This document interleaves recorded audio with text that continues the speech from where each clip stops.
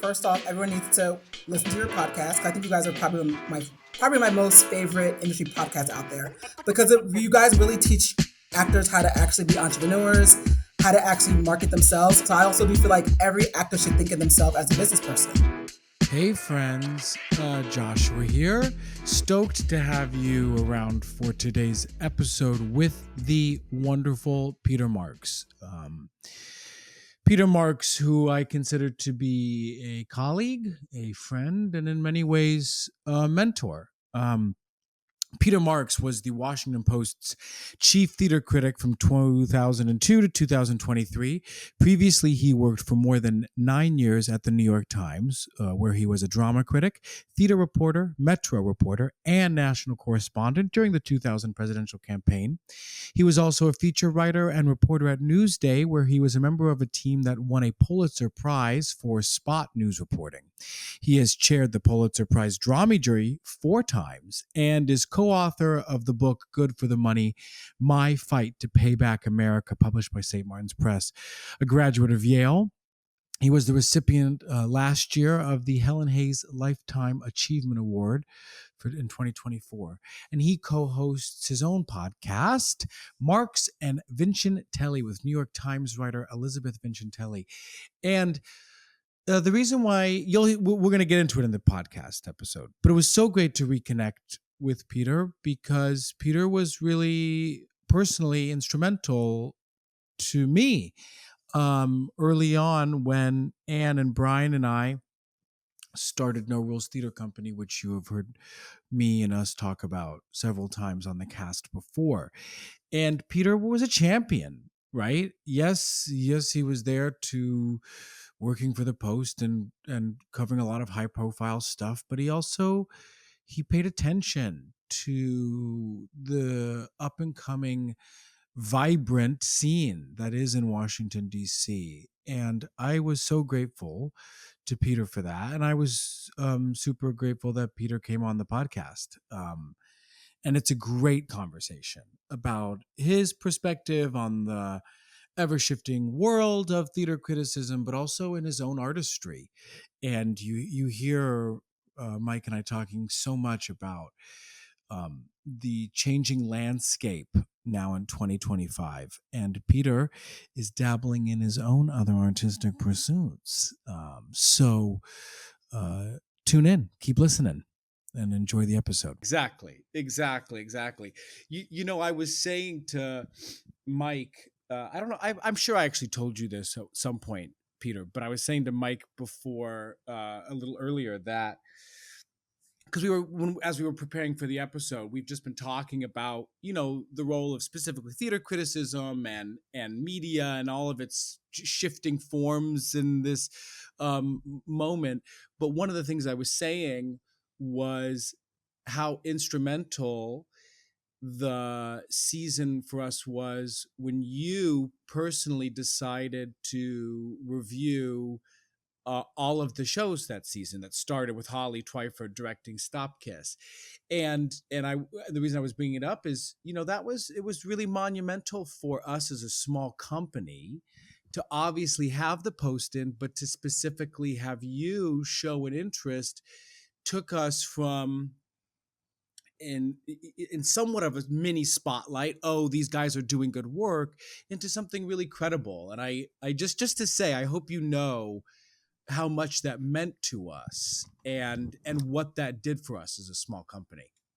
That's, I love knowing that, Josh, because, from my point of view, you're sort of isolated, even though you're out, expressing your opinion in public, you really don't always know the impact of what you're doing in terms of the psyches of the actors and what that motivating aspect of reviewing can do. Just the recognition of a company. And I remember No Rules. I remember coming to your space, and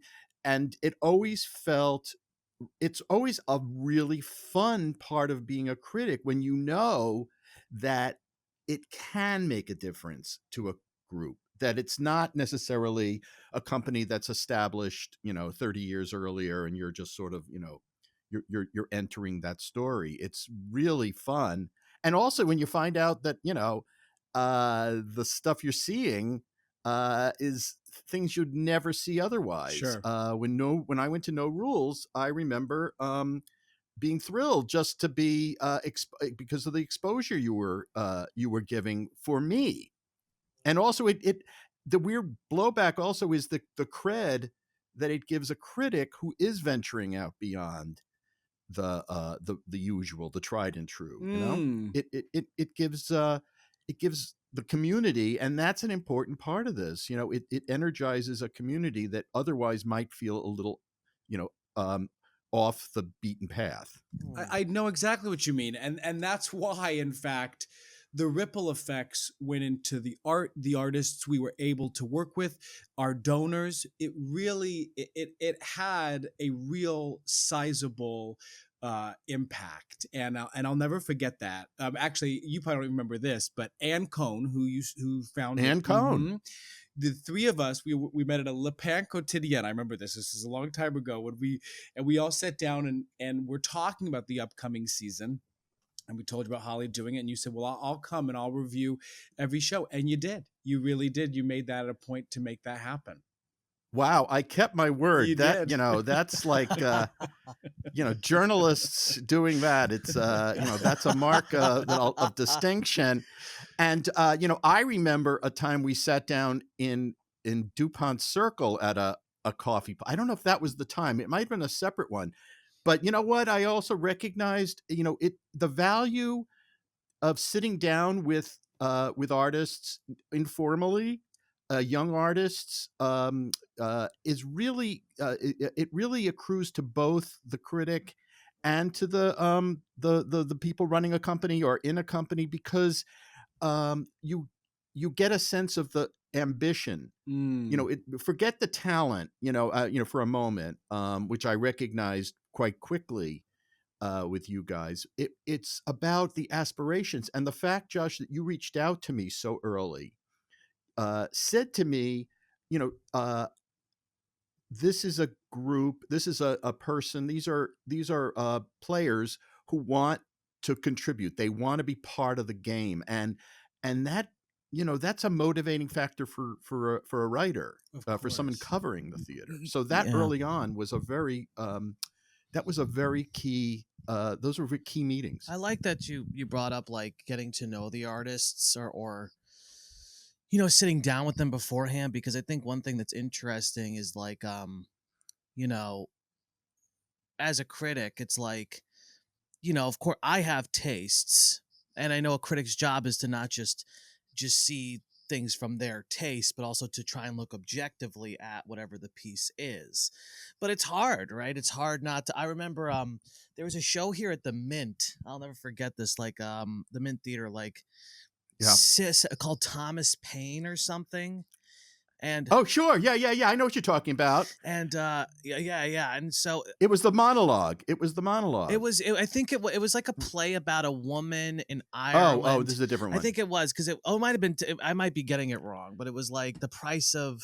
Was it but long story short, it was like an old Irish play, and Right. it was like this woman wants to be like independent or something. Mm. It's like that, which is good, but this is like 1800s, and then like her father's kind of overbearing, and the father kind of quashes her dreams.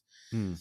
But it's spinned as a positive. And a woman wrote this play. It's like, well, she's like, no, I don't want to go to school, or I don't want to go have a career. I want to just be a home. I want to be someone who takes care of, like, who's domesticated. Mm. And this play, and my friend was in this play, Emma Gear, Joshua. Oh yeah. And I saw it, and this play was like ripped to shreds. And I remember I was like, it was so fucking good. But people were like, oh, why would she do that? I didn't like that. And I'm like, what are you talking about? Like, that was the play. It's like, you may not agree with the choice, but that's what the play was. And it's like, and the fact that you're having a strong reaction is probably good. And I say this in relation to what you're saying. It's because, you have to, I don't see how Right. you can't consider. I'm not saying that you let it, because look, also, it's like a lot of media where it's like you don't want to be influenced from the top down by like the people you're covering. That's not great, especially if you're covering Friends. You can't be objective. It makes sense, but like it is also important to consider where the artist is coming from and what their values are when potentially, I don't know, do you agree with that? Like when critiquing something? Yeah. No, Mike, you're, people who, reviewers who say, why did they do this play is such an unhelpful note. Yeah. You have to meet what's on the stage at least halfway. You've Yeah. got to say, okay, there's a reason that this group of people found this worthy. What your job is partly to try to understand the intention. That's what you do. And it gives you credibility. It gives you more credibility if you approach things that way. Not, you don't have to love it. You can say, all kinds of, you can have all kinds of reactions. Everyone does. No two people see the play the same way. It's Yeah. just, we're all too different. But I agree with you that doesn't add anything to the conversation unless you're doing an assessment, say, of an entire company's thrust. If you're looking an overview kind of piece, Yeah, looking sure. at what Mint Theater does over 2 seasons, Yeah. and you say, what which things worked and why, and what direction are they going Yeah. in, that makes sense. But if you're meeting a production, the conversation has to be enlarged, not diminished by the critic. I love It has that. to make it has to make people, and saying, why do you do this play, is so dismissive and unhelpful to anybody, including a reader. Well, and I really liked, I've read some of your criticism before. You've never seen anything that I've seen before, or I've done before. So, so I'll have to we're remedy that, Mike. but I've always respected your take on things, like, because it's hard to find, it's hard to find reviews that I feel like do that, meet the people meet the people halfway, meet the artist halfway. And I really loved Three on the Aisle when that was on, listening to you guys. I've read some of your stuff before, so I've been known of you for many years, so it's like I feel like you do that because there's that's one of my, not to kind of talk about my pet peeves, that's the other pet peeve I have, which is because I feel like, but I've been thinking about so much lately with theater, is literalism. It's like this idea of like, well, shouldn't she be sad because the mom died in the scene? It's like, it doesn't make any sense. And it's like, when people when people take, and there are certain critics who I won't name, who we know of, who are so literal. I get it. Right. And you're not that way. You're somebody who has complex thoughts and Mike, interesting takes. And yeah, you know what I should have sent you before we talked to Peter? I'll tell you when I became a big fan of yours. And I just had a flashback when you were talking about this, Mike. Peter wrote a review for, I believe it was called The Liar. It was a David Ives play, a new play at Shakespeare Theatre Company. His entire review was in verse. that's dope. So the play was in verse, and he wrote the entire, which, by the way, if I remember, and here's why I think about intention, because if I remember correctly, Peter, the review, I don't think you loved the play that much. Right. But what I loved about it was you sort of honored the play by writing the entire review in verse. So it actually kind of was like a love letter to it, bizarrely, and in lifting up the David Ives play. I've got to send it to you, Mike. I'll never forget reading it. I was like, this is baller. This is really good. All right. Chills up my spine, sir. I wrote that piece in rhyme couplets, and it was because that's how Ives wrote. When I wrote it, I was thinking about Ives. I was thinking of, like, I thought he'll be tickled by this, because he it was inspirationally, that play. It's a old play. Obviously, we're talking about, there was a Shakespeare Theatre Company, but the joy of that was obviously saying, "Oh, look how clever I am! I can do this too." There is a little bit of ego that goes into this, but also just being entertaining. Just making it something fun for people to read. It doesn't have to all be musty, lightning bolts up from the mountaintop kind of writing, which often is what makes people think critics are stuffy and out of touch. So I really appreciate that you remember that review. Well, that's kind of why I'm saying I remember, again, you not loving the play, but in some ways it kind of made it made me want to see it, if that makes any sense, interestingly enough. So it wasn't just a pan, it was like, no, Right. like, let's have a discourse, but let's have a creative discourse, sort of honoring the show as is, i.e. Mike, what you're saying about intention. Okay, so when you parted ways with the Washington Post, you called it a trial separation. So how are you spending your time now? And subsequently, having now separated from the Post, has your perspective on the arts shifted at all? Yes, it has. So it's been a wonderful. It's now a permanent divorce. It's gravitated to goodbye, the theater reviewer, hello, new theater life. So I'm doing a bunch of different things, Josh, and all of them sort of flow together around the stage. One of them is I'm a Tony nominator, which means now I have to see every show on Broadway. I used to be able to choose because I was the Washington Post theater critic, and I wasn't the critic of record, really. Although I did review you, Mr. Morgan, at least twice in Ain't Too Proud. Yep. I also, by the way, found some reviews where I didn't like something you did, Josh. So there was he blocked those out. There was not performance-wise, but I think your production of Suicide Incorporated was one that I had a little problem with. However, I also found that that in A Bright New Boise at Woolly Mammoth, I highly praised you. So I feel like I have a lot of credibility here in terms of my judgment. You and Andrew Hinderocker, who wrote Suicide Incorporated, were not fans of my interpretation. Oh my God! Well, oh my goodness, that's information I did not have. Yeah. So I'm doing that. So the other part of me now, here's the thing, Mike and Josh, that I acted in college. I had entertained ideas of becoming an actor. I was under the thumb of a theater acting teacher named Nico Sakharopoulos as an undergraduate at Yale, and he was brutal. And he basically convinced me in the class that I was not, my destiny was not acting. I got an A first semester, a B second semester, and a C third semester, which told me something about my trajectory. Anyway, long way of saying I have long wanted to be part of the acting community, and I've started doing that in different ways. Awesome. I've been acting with a group called Theater of War, which is a troupe that does readings of classic plays, many of them Greek, for very specified audiences, a lot of them for the military, for war correspondents, for healthcare people. I participated in a production of An Enemy of the People in Times Square that was built around climate change. Yeah, of course. Bill Murray was in it, of Taylor Schilling, and I got to be at the table reading the part of Dr. Stockman's father-in-law.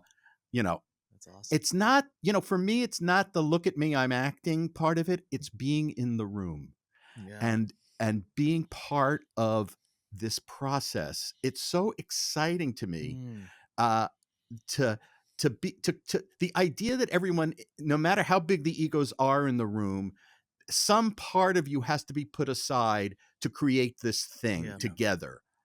That to me is extraordinary. And I love to hear from actors like you guys, what the long-term effect is on you of repeating a play night after night. Not the question of how do you keep it alive, but what does it do? What is the psychic income of playing a role over and over again, being in that world with people that you're going to be doing it night after night over and over.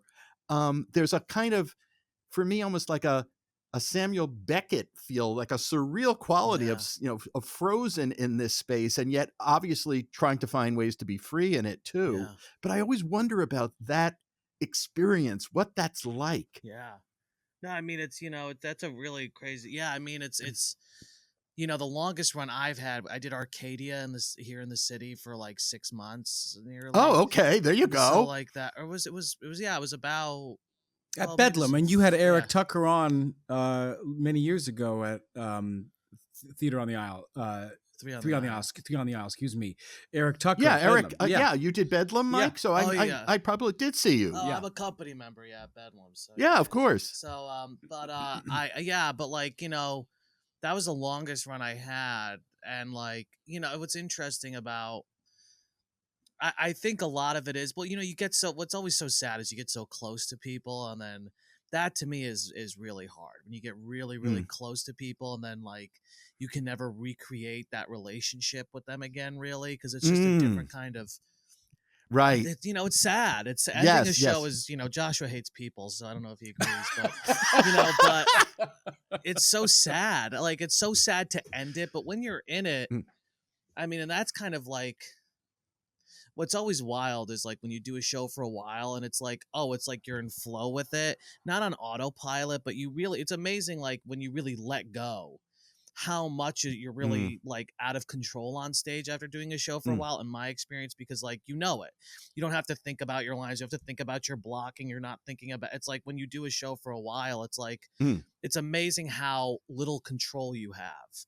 And how much you can surrender to it, and really, if a 3-hour show or whatever it is, and you're just kind of just like falling the whole time, and I like that, but I think shows are exhausting. I did my first professional musical. I just finished it, and what was that? Anything Goes at Gulf Shore Playhouse. So they just opened this like $70 million theater or something, and it was wild. But that's in Florida. Yeah, in Florida. Yeah. Is that Andrew Cato? No, that's not Andrew Cato's Kristen theater. Corey, Jeff Binder also like works down there a lot. But I was the only person who Josh was like, you're gonna lose so much weight doing a musical, and I was the only. I think I gained 15 pounds. How is that possible? What does the green room have, like donuts all the time? Well, because like I just somebody who like. It's hard to take care of yourself during a show. I find I haven't cracked it. It's like, because I'm like, I finish a show and I'm like, oh God, I just want to die. Each time I finish a show, I'm like, just eat myself to sleep. Right, eating at 3 a.m. I get so stressed about my voice when I'm doing a musical. You're responsible. Yeah. That like that's why I was saying it. Well, I was Moonface Martin, so I didn't have to sing good. You did. I also started smoking. I also started part. smoking a pack of cigarettes Mike a day. So I was just went full disgusting pig on that. But whatever. So you went from the Washington Post, though, specifically into this podcast that was sponsored by American Theater Magazine. Right. And now you have a completely other, because we lost the great Terry Teachout, and we have another podcast as part of a Substack. Correct. Can you talk a little bit about what that journey and trajectory was, and the challenges that you have faced in growing your own audience and providing your own infrastructure as a journalist? Yeah, this is really a thorny platform, podcasting. We started it with Terry and Elizabeth, oh God, like about 7 years ago. I can't even remember. It was as a result of the dissolution of a TV show called Theater Talk that Michael Riedel and Susan Haskins, we actually were on I think the last version of it, they had a big falling out in front of us. And and we well, I think it was mostly off camera, but it was clear. If you ever watched it, you could see the tension. And I remember afterwards I said to Elizabeth and Terry, we should do something, why shouldn't we? And the turning point was we started thinking about it, and a friend of mine named Rose Pate said you should call it 3 on the Aisle, which I thought was a great title. Just that sort of gave us the impetus, and we started recording. We were looking for a place to sponsor it, and with podcasts, there's no great single channel. There's Mm, no yeah. there's no really powerful centrifugal force that sort of like spurs you on. And we happened to we pitched it, I think, to American Theater, which was looking to fill out its podcasting roster, and we started recording at their we started recording very regularly at their studio in their studio on 8th Avenue in Manhattan, and started inviting people on, and it sort of had a natural flow. The three of us were so different in our tastes. It really was three critics talking about the theater, with various guests, and everybody wanted to come. Not everybody, but we got a lot of really good Yeah. people on. And then unfortunately, Terry died. I believe it was during the pandemic. It wasn't COVID, but he died during it. And we were devastated because Terry was a singular character, unusual in the American theater. His column in the Wall Street Journal was not in the arts section. It was part of the op-ed section. Right. He Yeah. had a kind of a political way in. Not that his reviews were that political. He loved unpredictably things that you would think somebody on a conservative bent would dissociate themselves from, Right. but he didn't have those barriers. And so afterwards, Elizabeth and I were encouraged to continue. We didn't want to continue to do it at American Theater. We felt like that was a thing, and we decided to give it a name like a law firm. Yeah. We called it Marks and Vincitelli, and we've been doing that for like something like 3 years on Substack. Right. Um, it's not going to make us rich. Right. It's hard to find, but we have paid subscribers, and we have free. We do two unpaid podcasts a month and one paid. So we have one subscribe. So that was we thought, that might, but people are, really tight with the buck, when they Hard. determining who's gonna.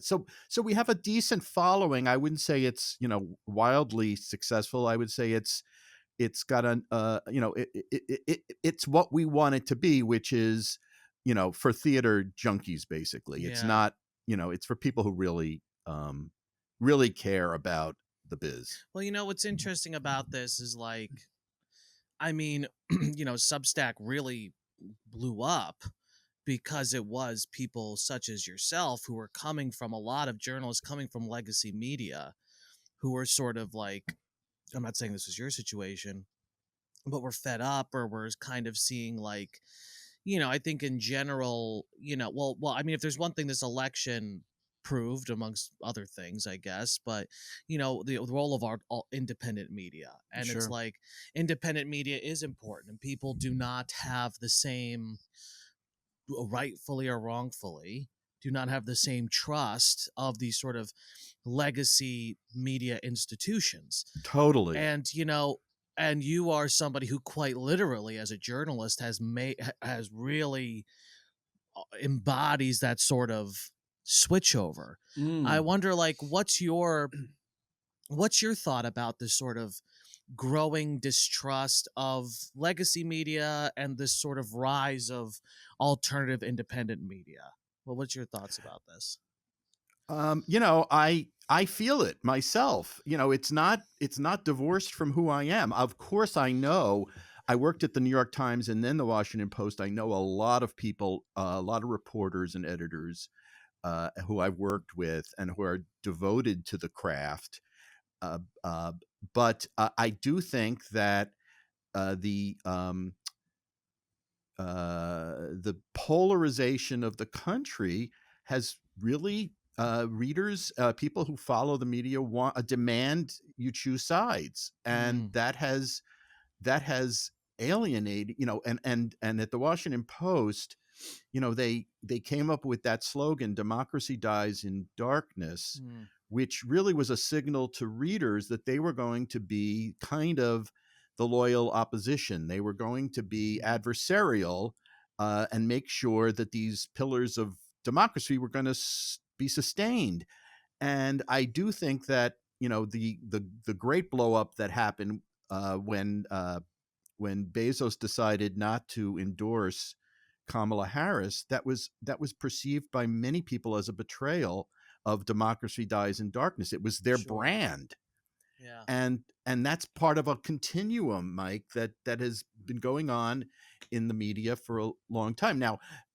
In terms of reviewing, so I tell the story sometimes. In the middle of the Washington Post newsroom, there is a giant scoreboard, an electronic scoreboard that looks like something you'd see at Giant Stadium.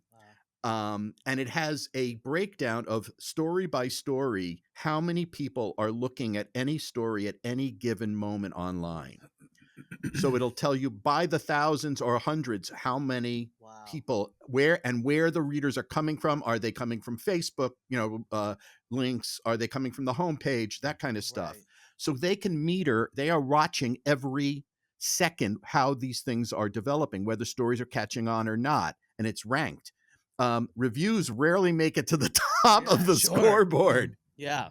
Unless it's, if it's McNeil with Robert Downey Jr., Sure. people will click. They will click on that. But it's not a winning game for theater reviews, or even for other kind of music, classical music. All those, they're just not. They don't capture the imagination the way, and I think it's partially, we've talked many times about this, social media, and you can find out, in 180 words, 140 words, whether or not somebody liked a show or not, and some people, that's all they really were looking for. Yeah, what's interesting about that is and it makes sense, of course, that things like reviewing or these more niche, I guess, interests or niche topics or niche news. Another thing I think is, we talk about this ad nauseum on this show and how it relates to the arts, but sort of bureaucracy is sort of being challenged across the board, just and so it's right, this idea of you have this sweeping machine that's meant to support niche interests, which are valid and have an audience. Let's be clear, have an audience. There are people who want to engage with it, but of course it makes more sense that those probably, need to be direct to that niche, directed right to that niche. And it doesn't make financial sense for these institutions to have this massive thing propped up behind it. And it makes sense. And I guess this sort of relates to the next question, which is, the evolution of theater criticism. And you kind of touched on this, but how has the game, I'm not sure how long you've been doing this. I don't know if you want to say, because I know you're quite seasoned. It doesn't matter to me. But, it's but he's been doing it for a while. I've been doing it since 1942. I reviewed the original Oedipus Rex. Exactly. But you're but I say this to go, what has been the real change that you've seen? If you've got to sum it up in a macro sense, I guess. And I started reviewing in 1996. Yeah. On and off, and for most of the past almost 30 years. What's changed is the the appetite for just single reviews, for just the approach of one person writing about one show has really diminished. People want synthesis. They want to understand, much more deeply, I think, how one show relates to the larger picture of what's going on in the world. They want to understand, maybe they don't have as much investment in the technical aspects of each production and going into great detail about them. So you have to be thinking in different ways about how you're writing about shows. I tried to do that. I tried to link up different productions and talk about them in those ways. And just the sheer number of voices out there can so easily drown out the voice of a person at a newspaper with a declining circulation. Um, Also, as is just very hard to sustain anymore. It's really theater reviewing is in decline, I would say, as a it was devised really as a print um, vehicle. It went on for 100 years as something that it was overnight. You saw something one night, you wrote about the next morning, and everybody went to the newspaper to see what you thought. That has really changed completely. Um, Well, People now go on the first night of a show's run and write about it online. So it's not even like the critics are not the first people to weigh in anymore.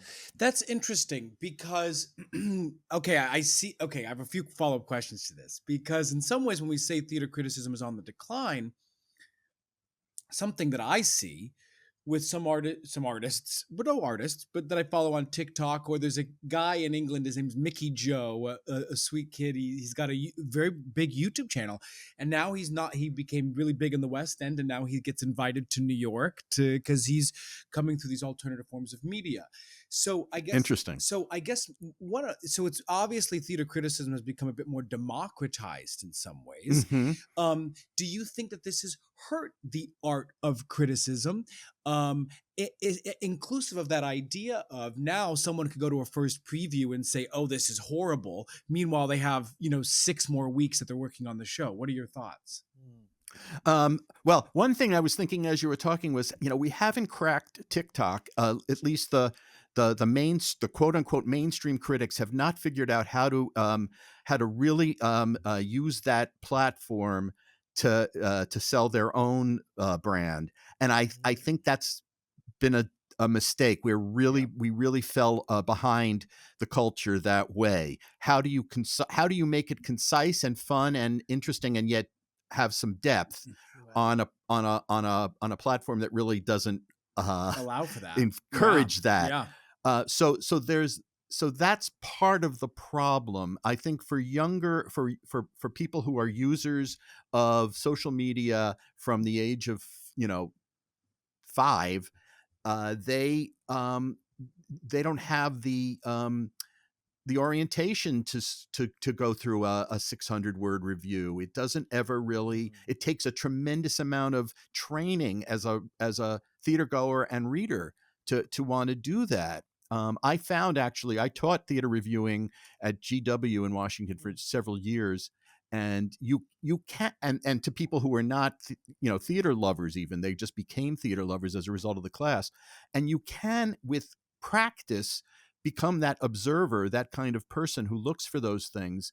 But that's not who we are anymore as consumers. Yeah. It's just not. And I think that criticism, as a result, you'll see it, in almost every, even in among the most establishment voices, the reviews are shorter, they're tighter, they're not as in depth as they once were.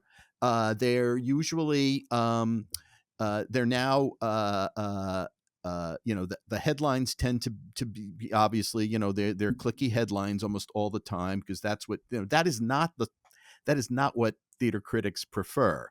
Right. They want you to be immersed in the discussion. They don't want to have to get in and out quickly. They want to be able to massage a topic, and those that's gone. Well, you That's know gone. what's in, so many things are coming up for me personally about, like, when you do have a deep art, which I would argue writing long form is, there is, and this is just my sort of hypothesis about, like, yeah, well, you still need to generate.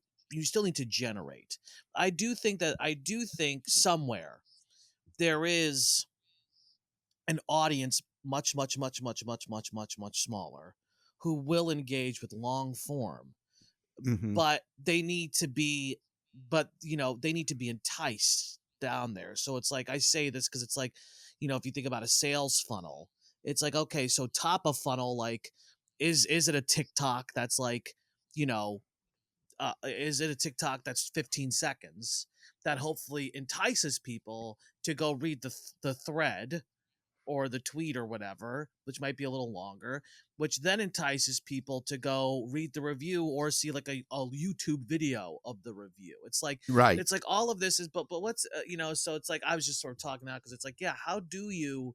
Because I'll watch a YouTube video that's 3 hours long. I'll listen to a podcast that's 3 hours long. But it's like, how do you get me there? That's such a Right. challenge because when these institutions were strong, right? You didn't need to do that because it's like, oh, it's the New York Times or so I'll read it. And so it's like, you don't have to generate leads, you don't have to generate, readers. But one thing that you're bringing up too, which I find really interesting, and it sounds like, the way we started out this podcast was we did actually a recording yesterday. And this is something that, about the death of specialization. This relates to this idea of like teaching a theater review class, which is absolutely a skill set, absolutely an art form. However, it can't be like an identity anymore. And because it's not really a job, and I'm gonna say something as two people who do work consistently. Joshua and I, we're not famous, but I work consistently. He works consistently. Like, I think in 30 years, like, the actor won't exist anymore. Just I think acting skill. I think the skill of acting will exist, but it's like, I think that so much of our is being challenged, the old ways and the old models, and we're moving away from specialization and towards, like, I would argue that what you would, even though I believe you still talk about shows, like, you do review in some respect, but I think you have a broader sense of your identity now. You're a theater artist, a theater community member.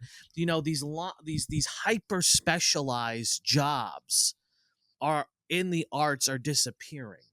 And does that register with you? Do you think that's kind of? Well, I'm really curious. I mean, obviously, yes. A lot of what you're saying makes sense to me. I think that it's also helps explain why things like podcasts, anything that's unfiltered, there's so much that feels manufactured.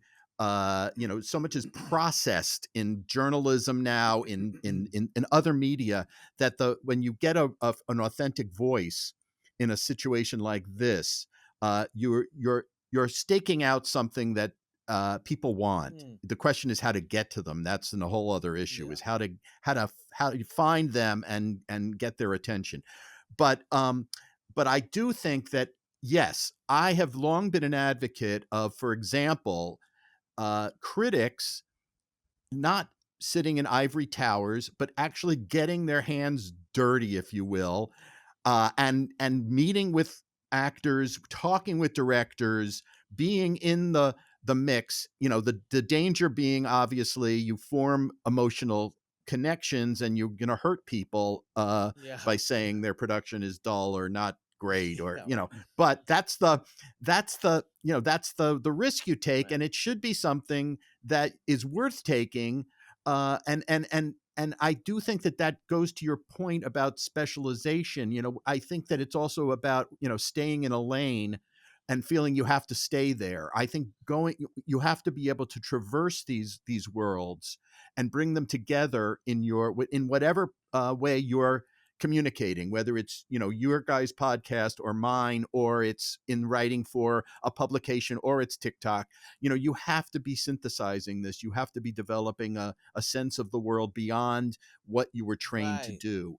I love and that. I don't know what you mean by there won't be actors in 30 years, except maybe you're talking about AI. Well, I guess yes, partially. I mean, like, not to get too down a rabbit hole, but it's like, of course, like, I think actors will still exist, but like the working actors, we say the Arnie Burtons of the world. It's like the true blue, like, working actors, I think are going to be gone. And because a lot of, as stars are doing guest stars, stars are doing commercial off Broadway, stars are doing, I and see it's what like, you're saying. so Got there's it. not Got it. sort of like that whole Right. working class of art Interesting. across every industry is disappearing. And I think especially in our industry is disappearing. Yeah, that'd be a good story. Well, because take even theater criticism as an example. You, Terry, Ben Brantley, there are many, but but but there was a moment, we're talking about the Arnie Burtons, the Reed Bernies of the world, etc., which where in terms of that specialization, true trusted voices, experts, etc., etc., etc. Oh, I want to hear what they have to say, what their point of view is. But I think it's fair to say that given the advent of socials and what we're seeing with YouTube and TikTokers, and again, there are some very powerful voices on social media, young up and coming theater critics, who are really sort of neutralizing the idea of these, heads of state, so to speak, Right. within the industry, kind of what you're saying, Mike. And I guess what that makes me think about, though, Peter, talking about your review for something like The Liar, is what makes a good theater critic, and who should be allowed, quote unquote, to have that as a title, because of someone like yourself just taking you and your perspective, your experience, your own early training as an artist, and then, like you're saying, sitting down with, at the time, and I can live to tell it, you took the time to invest in very young theater artists like ourselves that create an important path for us. I'm just simply saying, in my opinion, you have the literal and figurative credentials to go and say, let me take a look at this piece of art. So what makes a good theater critic, in your opinion, today? Wow. Yes, it's a combination of things.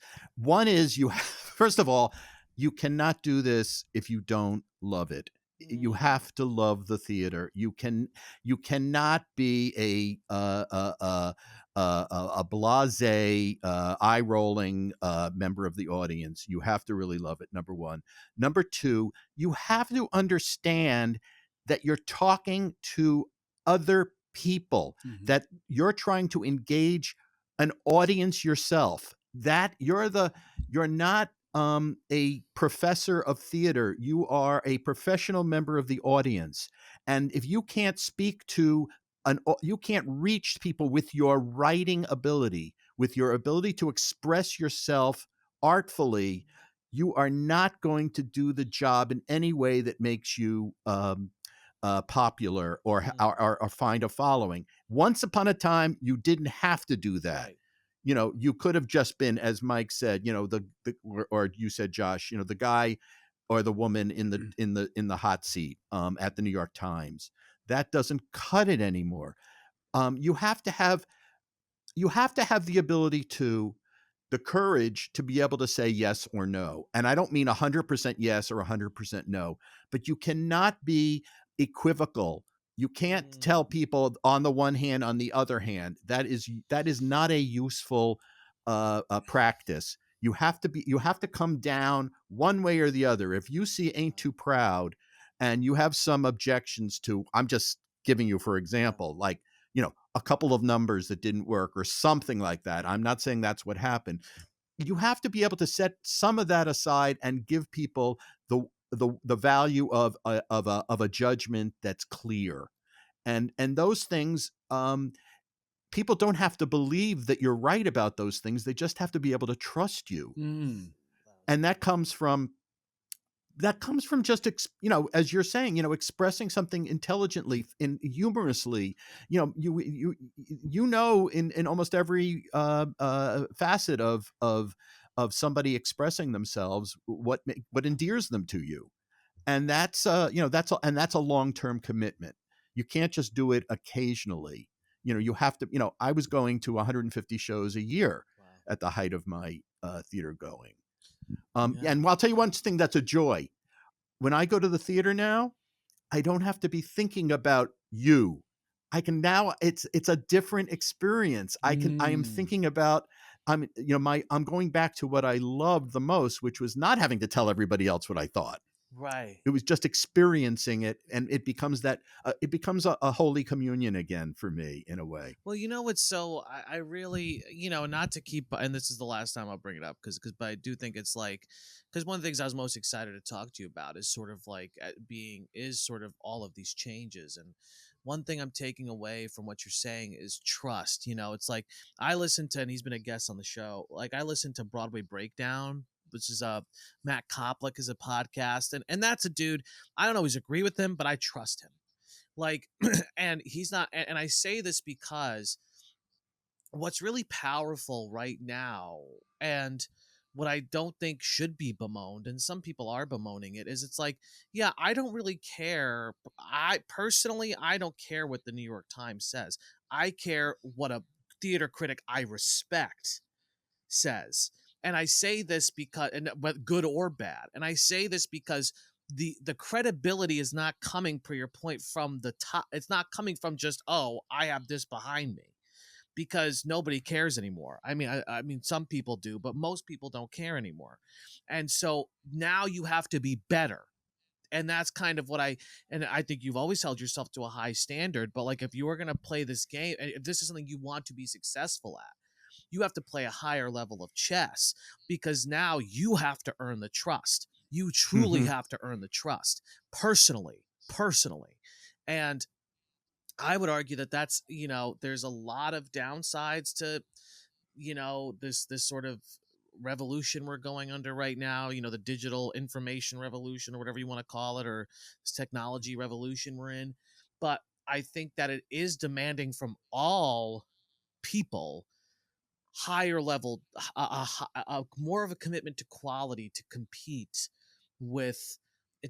in this landscape. You know what I mean? And so I that's the benefit I see, is that we have to actually push ourselves to be better, to because AI will be able to watch a show and probably write 95% of the views I read. I mean, and I don't mean that. I truly mean it. It's like AI will be able to do that probably one day. It'll be easy, but someone with a unique point of view like you, or who cares about artistry and adding something creatively engaging with your work, that can't be replicated. Sorry, yeah, that's my one. So that brings me to another question here then. So what is the role of the critic today in shaping the theatrical landscape of tomorrow?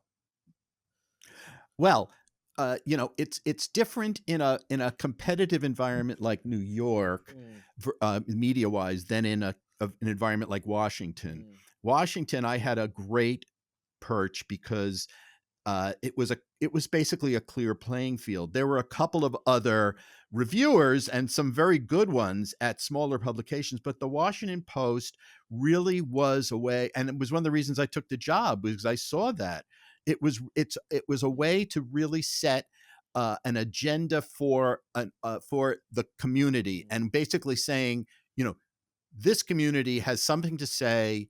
It's bigger than people think it is. It's got a lot of talent, and it needs to have more confidence in itself. It needs to feel it can do more things than it's doing now.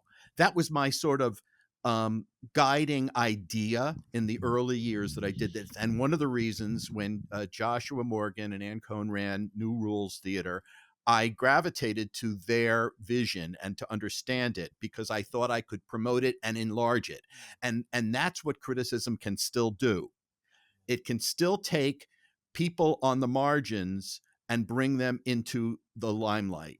That may be where theater criticism still can thrive. Finding the next big things, not the things, it's, Broadway is 80% tourists now. I mean, it's people from, Idaho and Romania, coming to New York. I mean, they're not reading the New York Times, or, they're not even reading the Bucharest Daily. Both of those places. I'm assuming about Romania. I don't know. But the role doesn't have to be lofty. The role can be very humble. It can be something that just recognizes talent, looks for voices that are worth celebrating, and also maybe helping them adjust their voices or their talents. That's what I think. That's where criticism probably can still be most effective. It may not be. It won't ever approach political coverage or television coverage for example, as things that unite everyone. But within those, filling in those gaps, finding ways to elevate younger and people of disenfranchised people who normally gravitate to theater because they want their voices heard. Those are the people that theater reviewing can assist, and it takes organizations like the Washington Post and even smaller ones and people on their own initiative creating their own channels to do that. It's going to be that's where it really has an effect. You're spot on. You just opened my eyes to that, because it's like, yeah, it's like what it will not go away is, even if star making is more difficult in a traditional industry sense, top down, sort of like somebody plucking and saying like, hey, masses in Kentucky, this is who you should care about because we decided. What I don't think is changing is, per your point, most people are on socials promoting their own shit, out for themselves, trying to make a buck. But what doesn't go away is when somebody shares on socials, or somebody takes time to spotlight something they enjoyed. That really matters. That really fucking matters. I mean, like, I go see plays and movies or read books based on what people I follow and I trust and say. So you're so right. Like, that will never go away. What will never go away is like the ability to be of service in that way, is to like, in the massive noise, in the massive shit, be like, hey, I liked this a lot. And like whatever it is, the 3 seconds I look at that and I go, okay, well, maybe I'll see that then. It's like, that won't go away. And that's not nothing. That's incredibly powerful, because that's all we have. It's organic, not like, Facebook or Meta algorithms, but it's like trusting people to word of mouth, in a lot of ways. A couple of years ago, you really appropriately pointed out in a piece the struggles for regional theaters across America. Obviously, financial, a lot of what they're experiencing following the pandemic, trying to grow an audience again, and even some of the operational adjustments in terms of renting out theaters or having to give up spaces, whatever it might be. Since then, have you seen any solutions or innovations that you think have helped the cause? We're deep into it, Josh, in terms of the survival mode for theaters. It's gotten pretty dicey out there, and I've talked to a lot of artistic directors who right now are dealing with the final draining of the money they got during the pandemic. Many of them spent a lot of that money.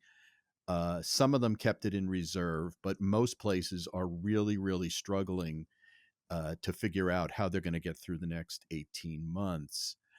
And I think the big institutions are going to survive fine. The little probably companies, the startups, are going to continue to start up wherever they can.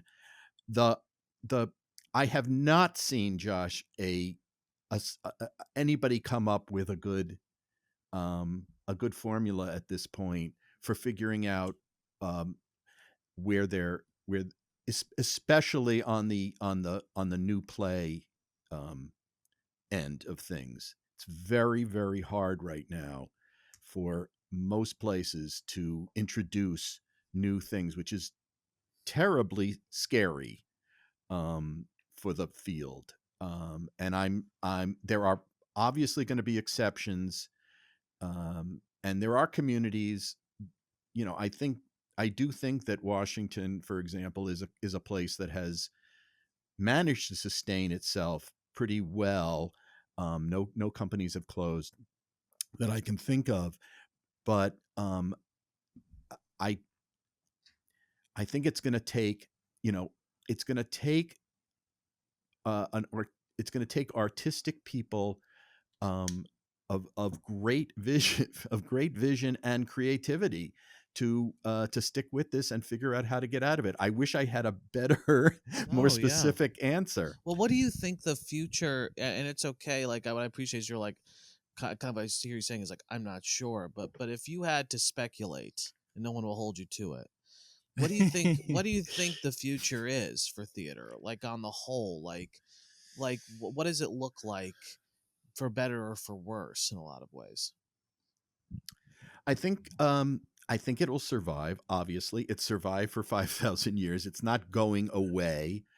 I think that you're going to find some contraction, some in terms of the number of plays that people do, and the number of companies that do it. Uh, I think that you've heard endless talk about the subscription model and whether that's going to survive. And I do think that most companies now think they've got a single ticket sort of world they're living in, not trusting that people will buy an entire season 12 months from now, thinking what kind of theater they want to see. I do think that a company like Shakespeare Theater Company in Washington is figuring out some of that by varying their diet. They're not singularly Shakespeare anymore. Musicals. They're doing musicals. They're bringing in some real stars and some quasi stars. They're doing Hugh Bonneville's coming in Uncle Vanya, for example, to Washington.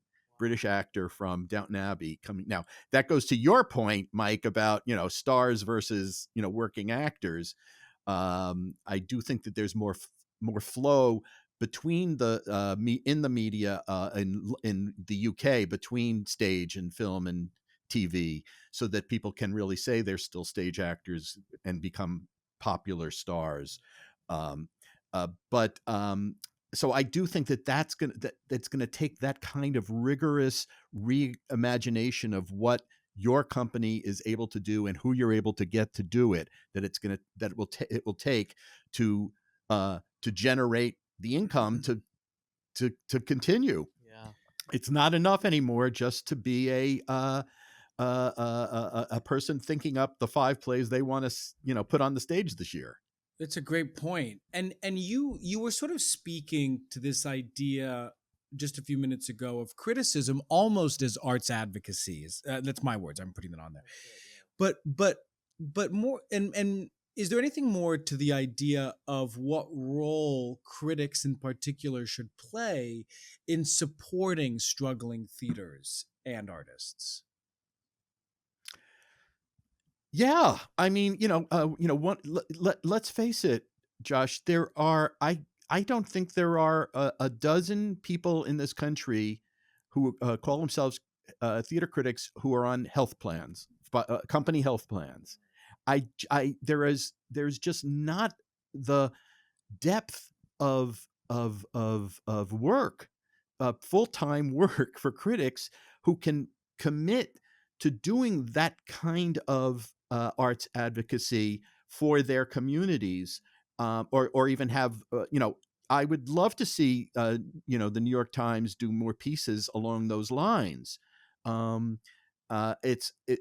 problem goes back to how we're measuring impact, and that goes to when they see how much traffic that story gets when they try it. The next time they won't, because it's just not revenue positive in some way that you measure that.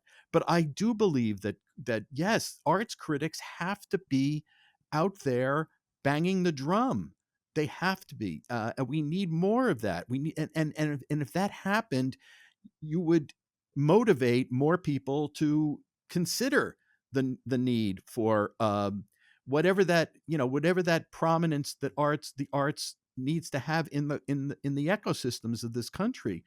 But it's not happening at the moment. You're 1,000%. Sorry, I just want to say this because like you're 1,000% right. If anything, the critic has a huge job in this moment. And as I said, I actually think one thing I'm taking away too is like the theater critic is disappearing. Theater criticism isn't disappearing, but the Right. theater critic That's a good distinction. is disappearing. And so it's like, what I love about what you're saying is like there's so much power in somebody who was able to grow an audience who, per your point, loves theater, Mhm.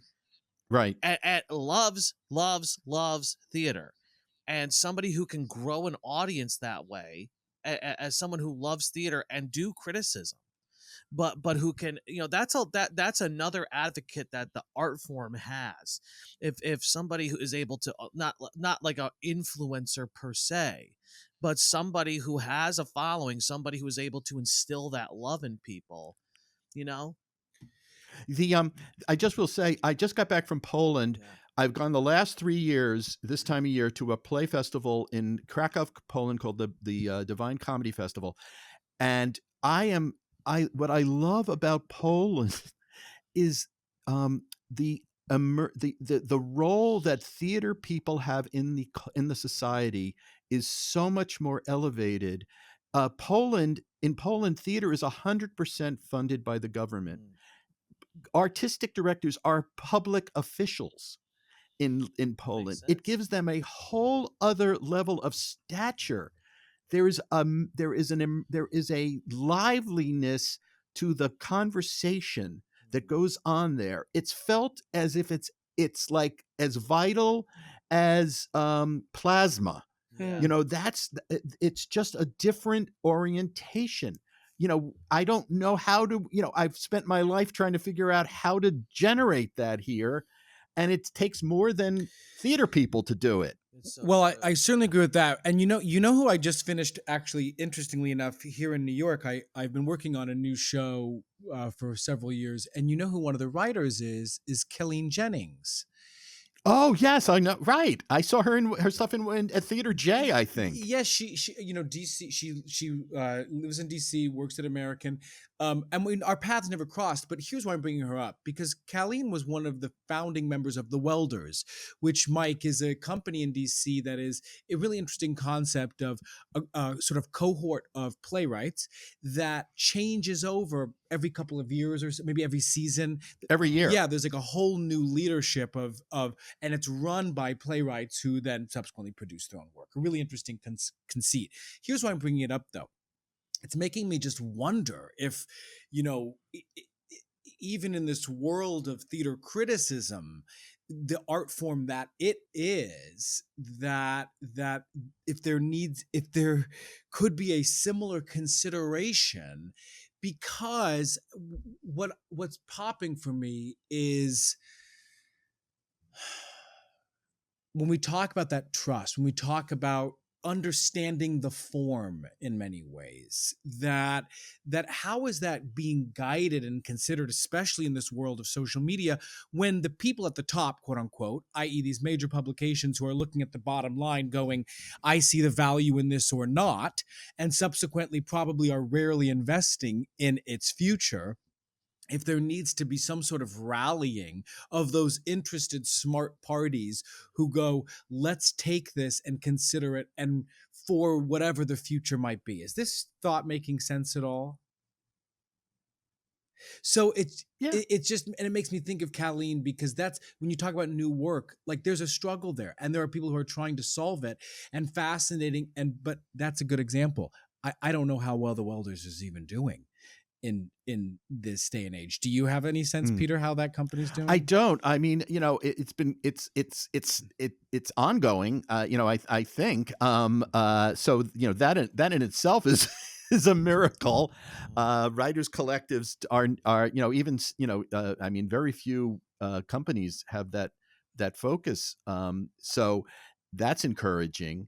But yes, it has to be grappled with every day. Yeah. I mean, in all kinds of forms, local, regional. It has to be it should be a national concern. And I don't know, I don't know how. I'd love to know more about what people think are the ways to galvanize Well, theater I'm goers. gonna say one thing, and then we'll have a couple fun questions, and then we'll because appreciate your time. But because I've been thinking about it, as this populist movement is happening in the arts, in a lot of ways, in a lot of art forms, you know, especially filmed mediums and writing mediums, you know. When you talk about that Polish thing, it's like hyper localized. I mean, I'm sorry, I'm not trying to be rude here, but I don't care. The public is what is the public? Is the public the theater of New York City's public people? It's like, or America's public. It's like, I don't believe so. I don't think so. I don't think that people like you know uh, I'm in the Washington Heights up the block are going to be interested in what's going on at the public, and not because and again, it's not about hyper politicized. I actually think that's the opposite. This hyper identity politics, hyper politicized, is actually not the approach per se.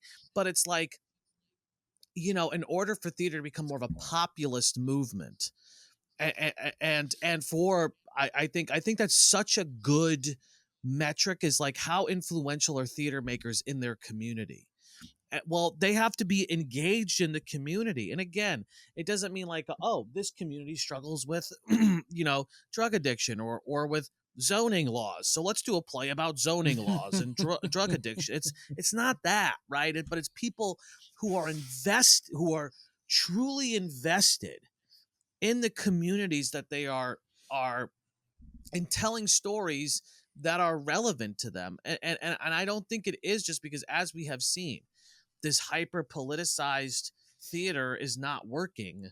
It's not working. It's not bringing in hordes of people who aren't rich white people to the theater. So the hyper politicized version is not the version of Right. or this hyper identity politics is not the solution, because but what is, I think it's got to be something, that theater that is truly enmeshed and immersed in a community and the deep questions that they're facing. And yeah, maybe.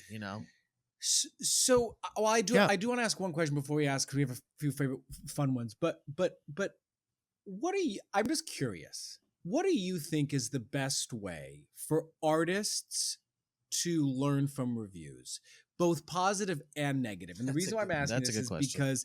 because a lot of times you'll hear actors like, oh, I don't read any reviews ever, or people. And now because of no rules, I've always gotten in the habit. I read every review, so even as an actor, I read every review. What is your opinion on how artists should take in that information? So it's not going to be a satisfying answer for you, Josh. I've always felt that reviews were for everybody except the people to whom they are the most important. They're, I've always thought of it as, we're almost talking behind your back about you.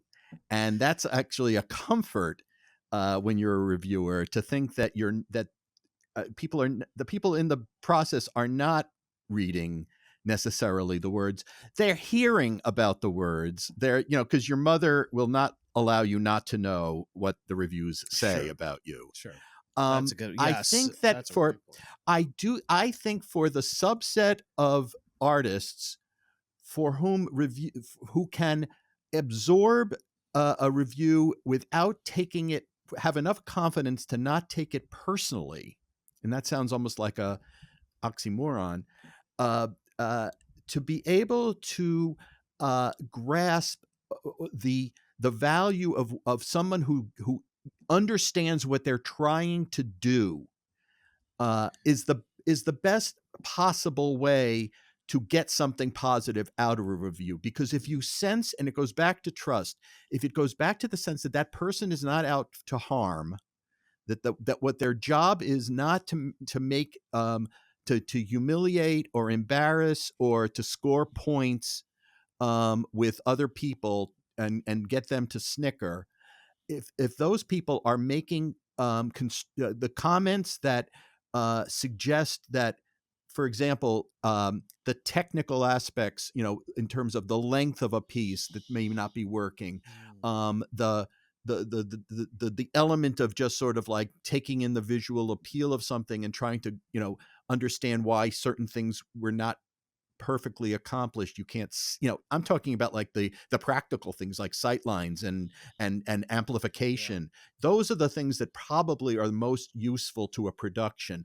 And I think that the people who benefit the most, the benefit the least, are actors. I just think that it's very hard for actors to get anything useful, because they have to yes, keep I doing have the had, show. They have to keep doing the show. and also, right, and I think it interferes, with the purity of what they're trying to create. It's such a difficult profession to be able um to get to the heart of what you're trying, of who you are supposed to be. I don't know where the interference of other people telling you, after, having a crazy director tell you what they think, over and over again. I'm not sure that having all those other voices in your head are going to be helpful. There are some people who love it. Listen, I've gotten, wonderful letters from actors who love being praised. I've gotten really bitchy letters from, from actors who think I completely, misinterpreted who they are. So, I mean, it's the range of experience, but I think it really goes to who you are as a performer or as a theater artist, and what you're able to accept, because you're going to know there are idiots writing about you. There are going to be some brilliant people writing about you. And it goes down to trust. It's who can you read that is going to keep you safe. It makes sense to read it after, I think, a show. If you are going to read it as an That's actor, what I hear often. It makes sense because I don't get That how makes people sense. can read it during a show, because it's like, how can you not let that influence your performance? And it's like, Right. And unfortunately, like as a movie, it's like, well, you just put it out there and you got to stand behind it. But why I say like you have to keep doing it is because it's like you have to keep doing it. So it's like like, even if there are valuable notes to consider or valuable ideas to consider in a critique, it's like you're gonna change like what you got behind. It's well, like, that's right. How are you gonna, how is it going to affect you in a positive way? What are you going to do in your performance, except if someone said, I can't see him, he's standing, behind her upstage, right, exactly. Right, exactly. Or he's too soft, or even something like that, right, or his diction's not right, good. Right. That's irrelevant, but your choices, it's like, well, what can you really change? Anyway, fun questions. Yeah, what is if you have one, what is your favorite play of all time? Oh. Oh God, whatever you say, it's like, oh no, I mean, I really, really love that play. I love, I'll tell you the moment. Let me just say that, the moments that have had the deepest impact for me are the ones that I can hold in my head and replay over and over and over again. And I would say that, for example, the finale of the first act of Sunday in the Park with George, when the actors, I'm getting chills just thinking about it, when the actors are assembled to Sondheim's music and they are ordered by the character playing George to assemble as the painting, the Seurat painting, and a Sunday in the afternoon in the island of Grand Jat, whatever that is, and they become those figures, is one of the most extraordinary emotional experiences I've ever had in my life. So that makes that evening, that musical, Sunday in the Park with George, as a whole, something I could watch over and over and over again. And it brings together my love of Sondheim and my love of musicals and my love of inspiration. In terms of plays, my God, there's so many, there are so many great plays that I will have to say that I go to a night in the theater in my head, and what I go to is an 8-hour production of The Life and Times of Nicholas Nickleby that I saw in 1980 something by the Royal Shakespeare Company. And I that changed my life. That was life changing. And I don't think it's the play. I think it was the production. It was just that experience that I don't think can be replicated. Um, and in terms of plays, in terms of things I can see over and over again, I'm going to be really a cliche and say Hamlet. The greatest play ever written. If I have a question. So let's say best theater going crowd. Like if you had so you're at Joe Allen, after the show, or West Bank, or wherever, you're sitting down, or my favorite, which was not Glass House, Hourglass Tavern on 46th Street, but and you're sitting and you're talking about the play. Who would you have that group be? Like if you had the dream 3 people who you could see things with, oh my God, and sort of kiki about the theater with, and like who would those dream people, the dream crew be? Oh, that's a great. So at the table, it's like a Carol Churchill play now. Suddenly, you're giving me. Exactly. I would have my wife Valerie. She's a great theater companion. I say I brought Shakespeare. I brought Sondheim to the marriage. She brought Shakespeare to the marriage, basically. I would have Ben Brantley, who I'm great friends with, who is the keenest observer of stage behavior I have ever known in my life. And from Winston-Salem, where we went to school, Mike. Oh, really? I didn't know that. Yep. Oh, wow. Anyway. I would have a new friend who I've made through this Theater of War group, an actress named Elizabeth Marvel, Beth Marvel. Oh, she's phenomenal. She's great. Yeah. Who I've gone to the theater with, I've engaged in deep conversations with, and is an amazing theater mind, endlessly enthusiastic. That's part of it. Yeah. It's the passion. And I mean, I would have to, enlarge the table a little, but I would put Simon Godwin, the artistic director of Shakespeare Theater Company in Washington, at the table, because again, his joy and his generosity of spirit about the profession and about Shakespeare and about theater make him an incredible companion.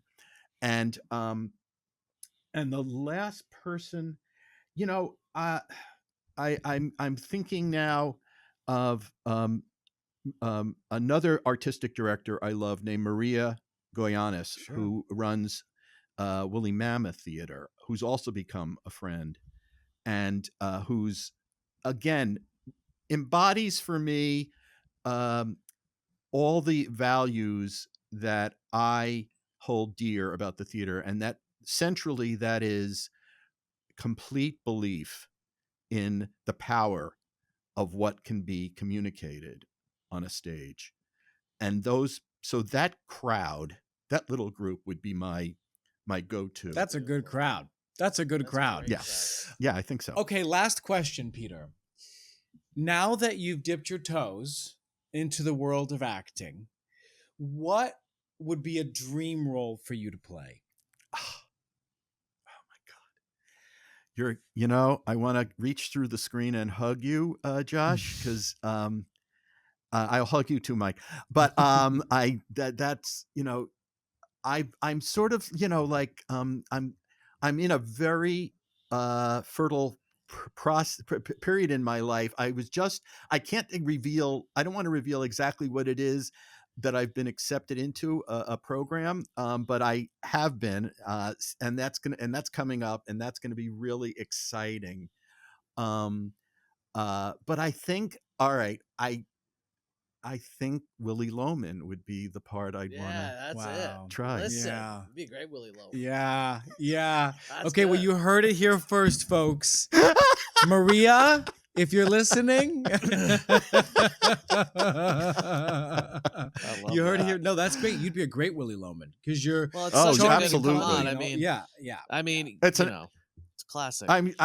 You guys have to form a company together and cast me. That's all. There you go. That sounds like a blast. I mean, Arthur Miller knows how to write those like fucking awesome. I think because one of Meaty, mine is Eddie Carbone in View from a Bridge. Oh, I think that's another great I think part. that's one of mine. It's like he just knows how to write those guys with like size. It's like with real size. It's Yeah, yeah, it's yeah, awesome. Well, Peter, totally. thank you for this, and thank you for no BS for your commitment to.